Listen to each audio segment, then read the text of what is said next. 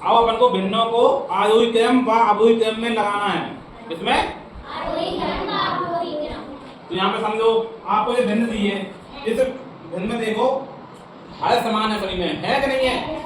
अब आरोही क्रम का मतलब क्या होता है? बढ़ता हुआ क्रम।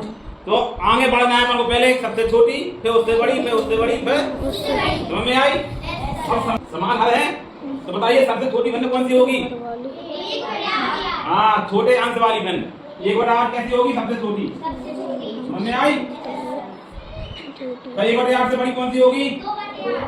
2/8। 2/8 से बड़ी कौन सी होगी? 3/8 से बड़ी। समझ में आ गई? सर अब इसका उल्टा कर देंगे तो क्या हो जाएगा? अवरोही क्रम। अवरोही क्रम का मतलब क्या होता है? घटता हुआ क्रम। समझ में आई। इसमें क्या होता है? पहले सबसे बड़ी आएगी, क्या आएगी? छोटी। 6/8 से 3/8, फिर 2/8, फिर 1/8। समझ में आ गई। इसमें क्या था? देखो यहाँ पे समान हर थे, और समान हर अगर हैं तो क्या होगा? बड़े अंश वाली भिन्न बड़ी होगी। बड़े अंश वाली भिन्न उसी हिसाब से अपन लोगों ने आरोही क्रम अवरोही क्रम में लगा दिया। ठीक। अब इसमें देखो, इसमें अंश समान है। क्या है? क्या है? तो इसमें क्या होगा? जब अंश समान होते हैं तो छोटे हर वाली भिन्न कैसी होती है? बड़ी। अब इसमें देखिए छोटा हर किसका है? तो ये वाली भिन्न कैसी होगी? और सबसे बड़े हर वाली भिन्न कैसी होगी? छोटी।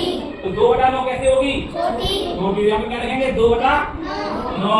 फिर इसके बाद फिर क्या होगा? 2/8, फिर 2/7, फिर 4। समझ में आ गई। सबसे बड़ी भिन्न 2/4, उससे छोटी 2/7, उससे छोटी 2/8, सबसे छोटी 2/9। अब इसको अवरोही क्रम में लगाएंगे तो सबसे बड़ी भिन्न आएगी। 2/4 क्या है? बड़ी। सबसे बड़ी भिन्न।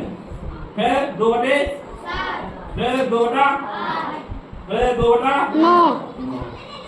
समझ में आ गई। भिन्नों को आरोही क्रम अवरोही क्रम में हमने कक्षा 4 में बताया था, आपको भूल जाते हो आप लोग। तो यहाँ पे पुनरावृत्ति हुई। क्या हुई? पुनरावृत्ति। समझ में आई।